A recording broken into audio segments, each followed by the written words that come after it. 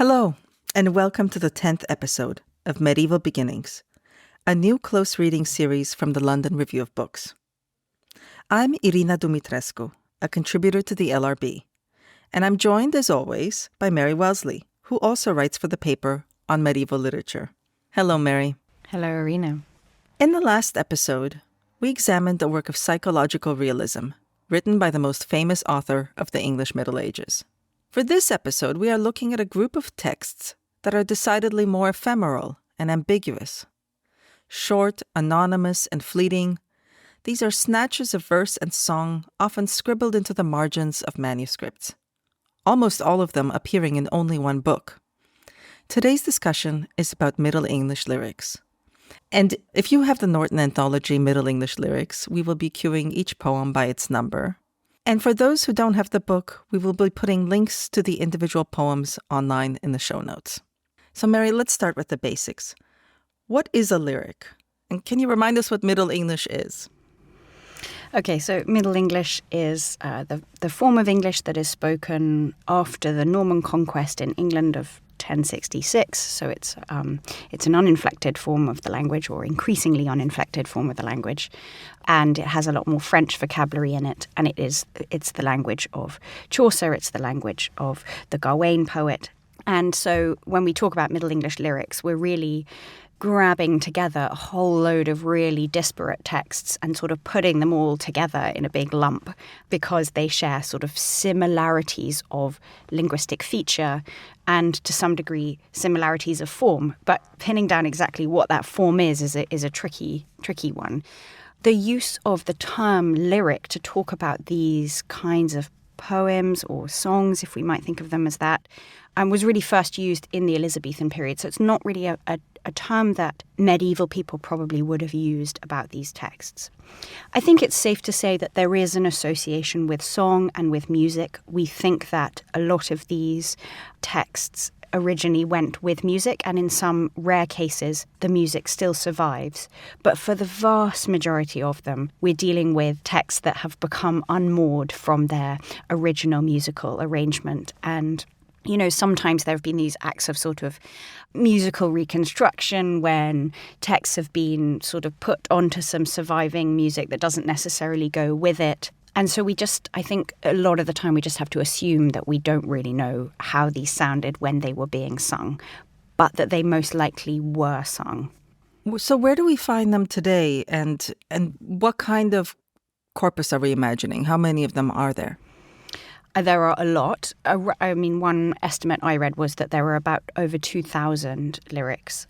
When I was preparing for this episode and I was looking at the manuscript context, and it's this endlessly fascinating but incredibly complicated job to go and look at multiple different manuscripts. And often what you're dealing with is little tiny bits of text that are put in the very end of a manuscript. So what we call the flyleaf, which is these sort of bits of parchment or paper that are kind of right at the end of the manuscript that are really blank. And someone has obviously kind of jotted these texts down, often not the main scribe. In one very famous example, we have a text which is written on what's called a binding fragment. So probably what was originally a roll, so a legal document, most likely a very long, thin bit of parchment, and it's been cut up and reused in order to rebind manuscripts at a later date. And some kind of fragment of it has survived. And in that particular instance, in the 19th century, some binders in the Bodleian Library rebinding a manuscript come across this little fragment, and they just sort of stick it into the manuscript, even though it really bears no relation to the manuscript it's in. So they are formally very difficult to pin down. They're very often texts that have a single speaker, a single voice, but the nature of that voice is often kind of slippery, which is one of the things that's often so delightful about these texts, is that they're so difficult to interpret. When you're dealing with texts like these that are as fluid and as complex, you feel this impulse as a scholar to go and look at the manuscript context, and you think, okay, well, the manuscripts are going to tell us something really important. And often the manuscripts just take you off in a completely different direction, and you realize that you're really scrabbling, looking for these tiny little clues, and you're just left often with this wonderful, I think, gorgeous sense of ambiguity, because it's very hard to often know. Are we talking about Christ? Is this a religious poem? Is this a secular poem? Is the voice, if it's, for example, the voice of a woman, is this meant to be ironic? Is it meant to be mocking? Is this actually possibly at some point authored by a woman? Is this an account of a woman's experience that is sensitive to her experience? Or is this actually a sarcastic male rendering of female experience? So they are the kinds of texts that just invite you to return to them again and again. And just to underscore some of the points you made, and maybe this is a little bit obvious, but I think it bears repeating, that when people encounter poetry in this time, or even lyric poetry, it's quite a different experience than it is today. It's not that you get a bound book or chapbook by an author whose name you know, and who has maybe a certain persona and is famous or is not famous. It's not even the way now you might have, I don't know, Bob Dylan or Taylor Swift, who's known for composing a certain number of lyrics and singing them. But also, people want to use parchment. Parchment is precious. So we talked about scribbles, but it's not the same thing as scribbles today on a scrap of paper, because it's really the maximal use of valuable material, right? There's a reason to put things in the margins and in the flyleaves. You want to use that space because it takes a lot of work and money to prepare animal skin as paper, right? Yes, but equally these are clearly texts that are not, it's not like looking at, say, a liturgical text, a copy of the Bible, something that has taken an enormous investment of time and resources. You know, it's these scripts that take a lot of time. They require a lot of pen lifts, it's many hours of careful, considered scribal labor. Often these are works that are written in these kind of hurried cursive scripts.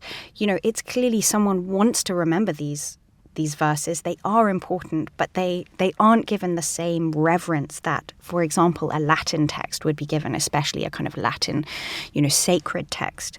And that's an important point. These are texts in the vernacular. They are inherently more ephemeral. The vernacular is not viewed in the same way that Latin is in this period. So it might be someone writing a poem from memory rather than copying it from another book, the way we might imagine, for example, Troilus and Cresside.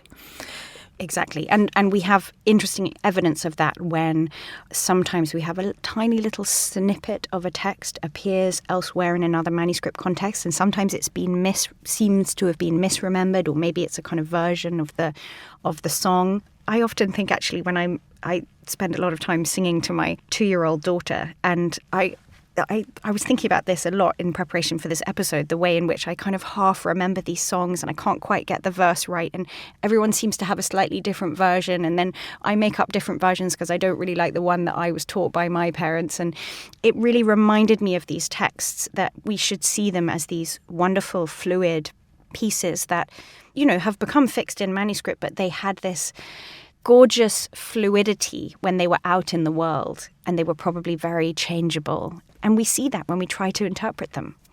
Well, why don't we start with one poem, which I think is one of the better known, I want to say famous, but maybe that's the wrong word for Middle English lyrics. But certainly if someone has heard a Middle English lyric, this is probably one of the ones that they've heard. It's Summer is ikumen in, which is number 3 in our book. Mary, will you read it for us? Yes. Summer is ikumen in, lyda sing cuckoo, groweth seed and bloweth maid and springeth the wood anew. Sing cuckoo. Ewe blateth after lom, luth after calve a coo, bullock sterteth, bukke ferteth, murray, sing cuckoo, cuckoo, cuckoo. Well singest thou, cuckoo, nay swick thou nare nu, sing cuckoo nu, sing cuckoo, sing cuckoo, sing cuckoo nu. It's so cute. I love it. Okay, back to seriousness. Mary, can you tell us something about the context of this short lyric? Okay, so the main thing to say about this is that this is one of the very rare examples where the music is intact. And so we still know the tune of this. It's a round. It's for 6 voices, and it's really wonderful. I really encourage listeners to go and Google Summer is coming in and find some of the renditions on the internet, because it's amazing hearing it sung. And just to give a bit of a translation for listeners, it very roughly translates as: summer is coming in, loudly sing cuckoo. Groweth the seed, bloweth the mead, so like the meadow. So the seeds are growing, the meadow is blooming, and springeth the wood new. So, the forest is springing with leaf. Sing cuckoo. The ewe bleateth after her lamb. The cow lows after her calf. The bullock leaps, the buck farts. This is, we seem to think, the earliest use of the word fart recorded in the English language. Very important. Merrily sing cuckoo, cuckoo. Well you sing cuckoo, and never cease your singing. Sing cuckoo, sing cuckoo. Now sing cuckoo. Thanks for listening to this extract from Medieval Beginnings, a close reading series from the London Review of Books.